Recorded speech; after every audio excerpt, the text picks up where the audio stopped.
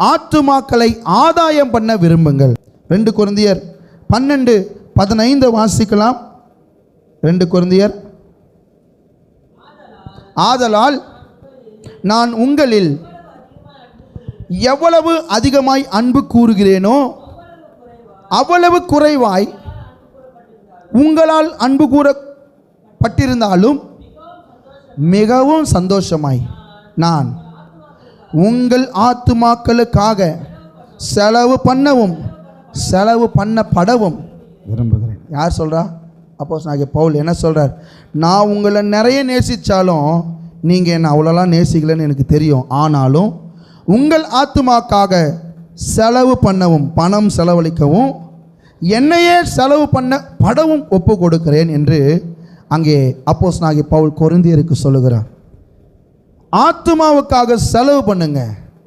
யாரையாவது ரட்சிப்புக்குள்ளே நடத்தணும்னு நினச்சா சாப்பாடு இல்லையா, சாப்பாடு வாங்கி கொடுங்க. இன்றைக்கி செலவு பண்ணுறதுக்கு யாரும் விரும்புவதில்லை, செலவு பண்ண விரும்புகிறதில்லை. செலவு பண்ணனா பணத்தை கொடுப்பது, செலவு பண்ண படனா ஊழியம் செய்வது. அல்லேலூயா. ஃபிசிக்கலாக ஊழியம் செய்வது மாத்திரமல்ல, இந்த டெக்கரேஷன்லாம் பண்ணுறீங்க, நல்லது, இது வேண்டும். அப்போ தான் சபையின் ஊழியங்களுக்கு நல்லது. முடிஞ்ச தெருவில் இறங்கி நம்முடைய சாட்சியை பிறருக்கு சொல்லுங்களேன். ஏசு நல்லவன்னு சொல்லுங்களேன். ஆத்துமாக்களை ஆதாயம் பண்ண செலவு பண்ணவும் செலவு பண்ண படவும் விரும்புங்களேன். அப்போது அந்த ஆத்துமாவை நித்திய ஜீவனுக்கு நேராய் கொண்டு போக முடியும். உங்கள் ஆத்தும நேசருக்கு ஒரு பரிசு கொடுக்க முடியும். அல்லேலூயா. அதுக்கு தாங்க இன்றைக்கி கிறிஸ்தவத்தை போட்டு போராடிட்டு நீங்கள் சொல்லுங்கன்றோம்.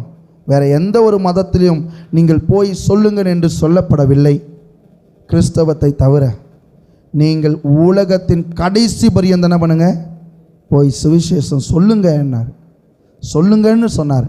நான் சொல்லலை, சீஷர்கள் சொல்லலை, யாரோ ஒருத்தர் சபையை சம்பாதிப்பதற்காக நியமித்தார், அவர் சொல்லலை.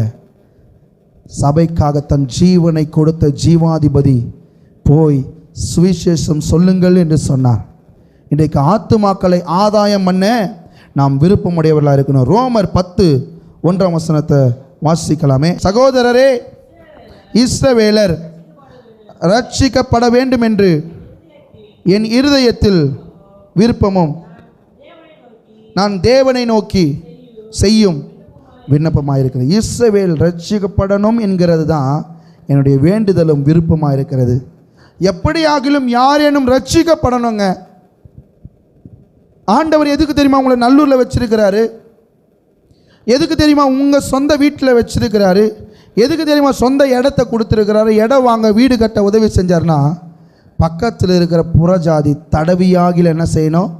ஆண்டவர் இயேசுவை அறிந்து கொள்ளணும் என்பதற்காக தான் வச்சிருக்கிறார்.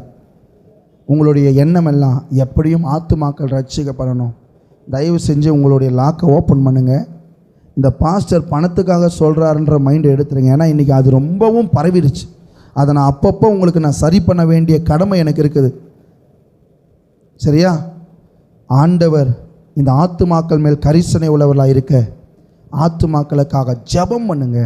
ஆத்துமாக்கள் ரட்சிக்கப்படணும் என்கிற விருப்பத்தை என்ன பண்ணுங்க? நீங்கள் உடையவர்களாக இருங்க. ஆண்டவர் பெரிய காரியம் செய்வார்.